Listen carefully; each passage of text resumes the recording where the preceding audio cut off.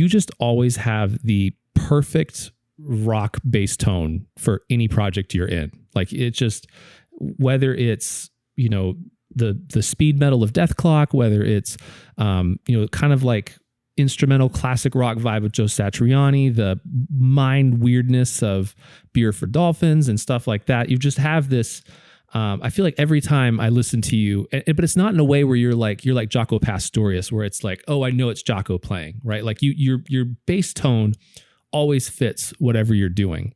I'm a guitar player, but I do play bass sometimes and track things.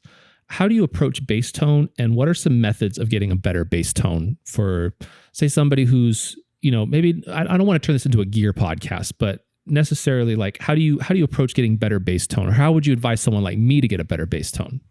Well, it's very hard for people who haven't gone deep down this journey, but I think the key is, and this is nerdy, so again, we don't want to turn this into a gear podcast. Yeah. The key is high gain monitoring.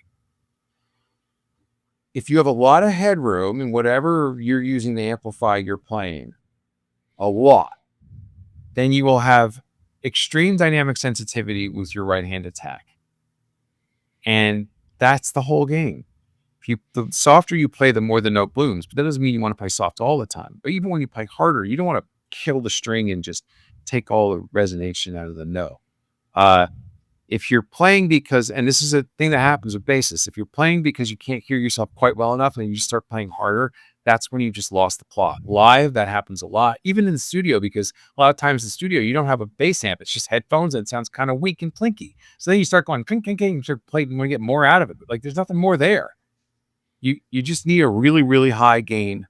The bass needs to be really, really loud while you're tracking compared to the rest of the instruments. And then you play lightly and make sure it's a balance so you can still hear other things.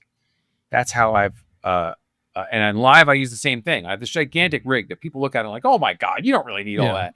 410 and 2,000 watt heads. And the sound man sees me bring that in. Roadie. Like, oh no. But like, you have no idea how lightly I'm playing that thing. And then, I dig in a couple times and then what does is that when I dig in, it gives that little punch. Like it's like a little bit of a kick drum, but like, boom, boom, like, but if I'm playing really light, it's just a really, really clean, nice note. So headroom is everything when it comes to that stuff. And then when it comes to actual tone, bright, dark, distorted, clean, whatever, the song will always tell you what to do. That's how I've thought about it for a long time.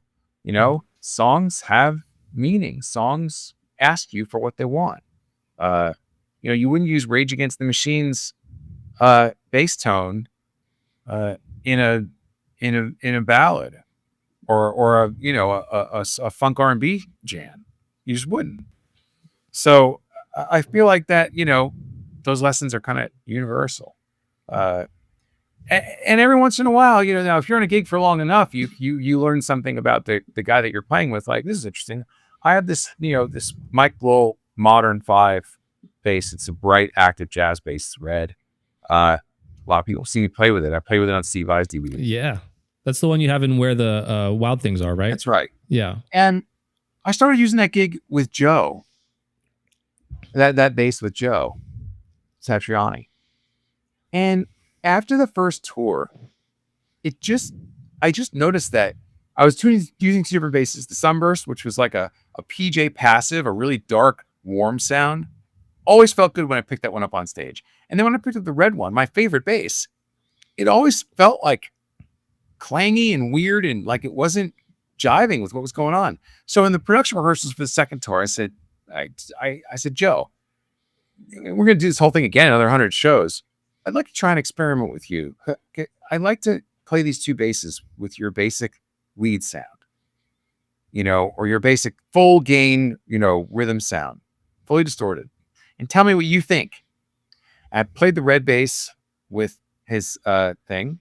And then I picked up, at the time it was a Spectre, which had EMG pickups. It's a much kind of smoother with a glassier top end, a more kind of compressy sound. Still rock, but in a smoother kind of way. And it was clear to me that the Spectre and those EMGs was just a much better fit for his sound. And So I just played it both for him, but I didn't want to like just change instruments, and I wanted to make sure that it's his gig, you know. Mhm. And he listened to them both, and he was just like, "Yeah, that red bass, it somehow it just gets in the way. There's something about the upper mids," and he was totally right. So I never used that bass again on that gig. Mhm. Yeah, what you're saying about needing headroom, that reminds me, we had Simon Phillips on and we were talking to him about recording rock drums. And He has a very, very specific monitoring system. Did he talk yes, about it? yeah. And on Yeah. top of that, one of the things he said is he will turn the gain up on his preamps just all the way up and he'll play as light as possible. And it's like, what, to make a rock record? And he's like, yeah, because the thing is you'll get more sound into the microphones. And it's just like, I was like, no, there's no way. Like, he's like, I did it with Toto. I did it with Mike Oldfield. I did it with Michael Schenker. That's the trick. And it's like, and I've tried it multiple times since then. And it's amazing for everything. Yeah, I saw him bring in, and he did a live gig once at a benefit concert I helped organize, where it was him and Pino Palladino and Philip Sace. Oh, Jesus. And he brought in his whole monitoring system, the whole huge mixing board, all this separate snake and everything.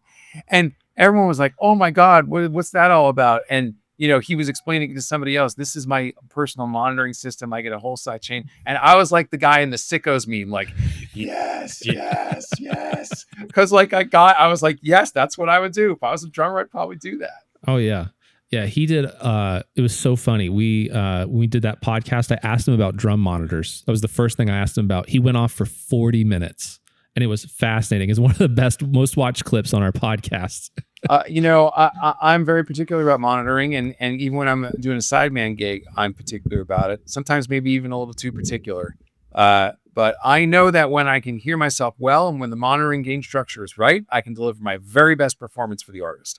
So I try not to be compromising about that.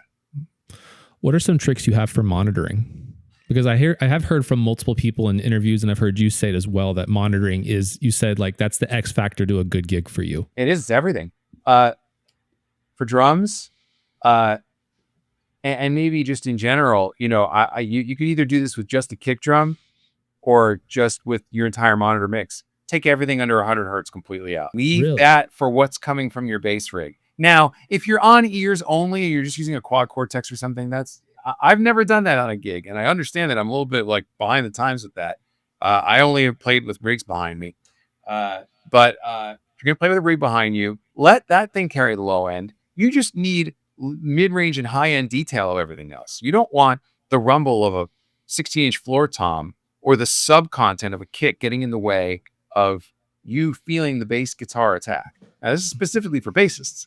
And then at that point, if it's ears, make sure that you've got a good stereo spread. Make sure that the bass is coming up the middle, the guitar's over on one side, the drums are a good stereo spread, all the rest. If it's wedge monitors, if it's just on the floor, just make sure that you can hear all the drums and that you can hear the attack of each drum. It's more important that you hear the attack than you hear the resonance of the low end. If you can hear the attack of everything, then you can play with the drummer. There's going to be enough of that stuff resonating in the house anyway. How do you, I guess, so obviously like death metal is far different than like the fusion of the Aristocrats. How do you approach blending your sound in with a different group? Like, is it something just develop over time? Like, comparing like Death Clock to the Aristocrats is such a massive A/B to test. Yeah, it's totally different. But that's metal. I mean, Death Clock's a metal band, so we're talking about metal now. And everybody has a different approach to metal. A lot of guys metal play with a pick. I don't play with a pick. I put my fingers, and I have this kind of aggressive finger striking thing. I get some chime out of the string, and sometimes I use overdrive. But it's the same. I think the same things work. You don't want tons, especially when the double kick drums are going. Like blah, blah, blah, blah, blah. If you've got low end from those kick drums in your monitor mix, you're not going to hear anything else.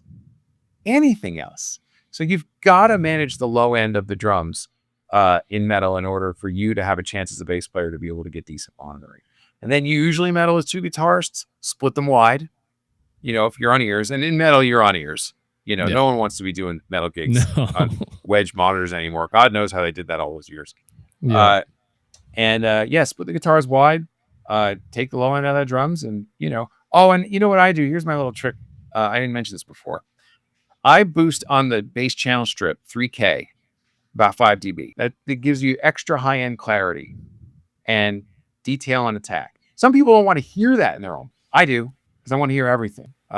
And so ideally, you're in a situation where you can just get that coming to your monitor mix. It doesn't go out to front of house, because the front of house, they have their own set of requirements and needs depending on where they are. But I found that to be really helpful as a bass player to get clarity. And that's not just for bright sounds either, for warm sounds too. Just it's like a hack. Plus 5 dB at 3K.